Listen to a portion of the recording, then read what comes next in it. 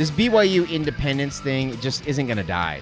And you and I, over the years, have done this just to death, I feel like. I feel like anyone who's listened to the show with any sort of regularity knows our feeling on it. But for some reason, this debate of whether BYU would be better off staying an independent or going back to the Mountain West Conference, for some reason, this is heated up again.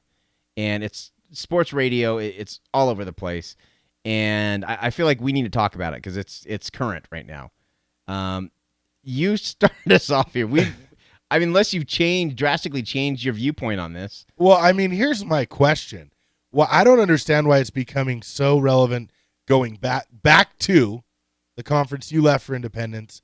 I always thought at the point where they were at the beginning of last year and the previous year, only a year or two into independence, that it would be a good move because they would dominate that conference, I think. Or maybe not dominate because Boise State was in there, and Utah State sort of risen up as well. But they would have a better chance, right, to make the dreams of Cougar Nation come true. That being a BCS Bowl or now being in one of the playoff games.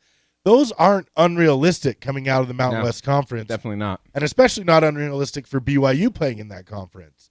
So I always thought whether it's BCS or playoff as we now have, it's a good move if that's your goal.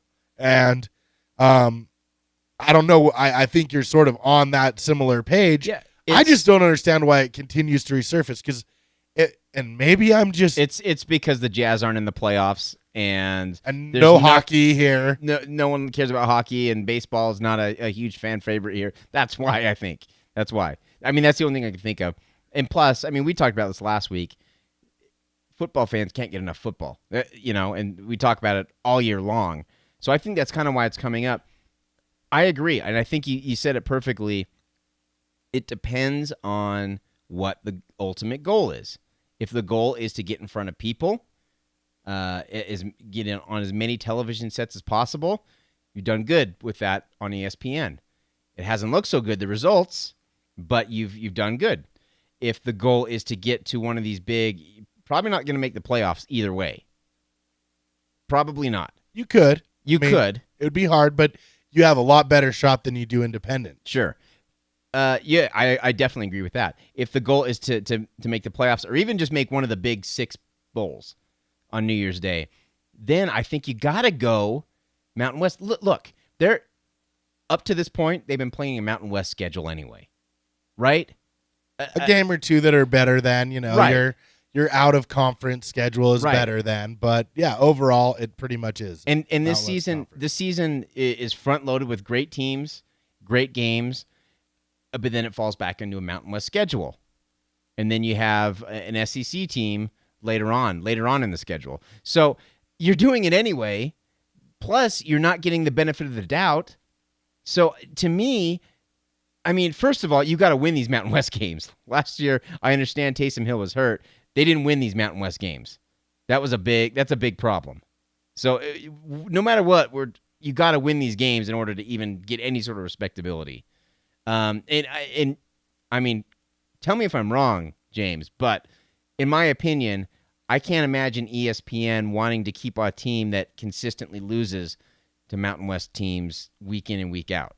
Well, probably not, but is that marketable? Or it doesn't matter if you're drawing the TV, which BYU is. They're going to draw eyes. So it doesn't really matter to them whether or not BYU wins or loses as long as 15 million people are watching. That's true. It. Good point. So I don't know that it would matter to BYU. It could get old after a while. But with that said, I'm not taking a shot at BYU. I don't think they're going to continue to lose to Mountain West teams. They faced so many injuries last year. Taysom Hill wasn't the only one. It was the most notable and the biggest. It had the most effect. But that's not going to happen every year. You're not gonna have those poor outings against these Mountain West teams, these mid-range to lower Mountain West teams every single year. Okay, this year is probably the best schedule BYU has had during independence. Mm-hmm. Their independent phase, right? And here's the question BYU fans need to really consider. Okay, you got at Nebraska, Boise State comes to Lavelle Edwards, then you go to UCLA. Then you go back across the country to Michigan. Connecticut comes here. East Carolina comes here. Cincinnati comes here. Wagner comes here. Then you go out to San Jose, who's been a thorn in your side. Then you go out to Missouri, right? And then you return home for Fresno State, then go back up to Logan for Utah State. Now, that's a difficult schedule.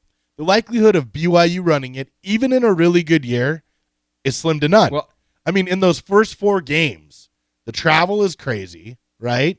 And do you really think that they're going to beat Nebraska, UCLA, who's been in the contending for the Pac-12 championship, and Michigan, that now has Harbaugh as a head coach? No. Although this may draw interest, right, as for fans, for ESPN, for the rest of the country even, I'll give you and grant you, the chance of BYU being successful having to run through this gauntlet on the road, not seeing a return visit, and it's slim to none.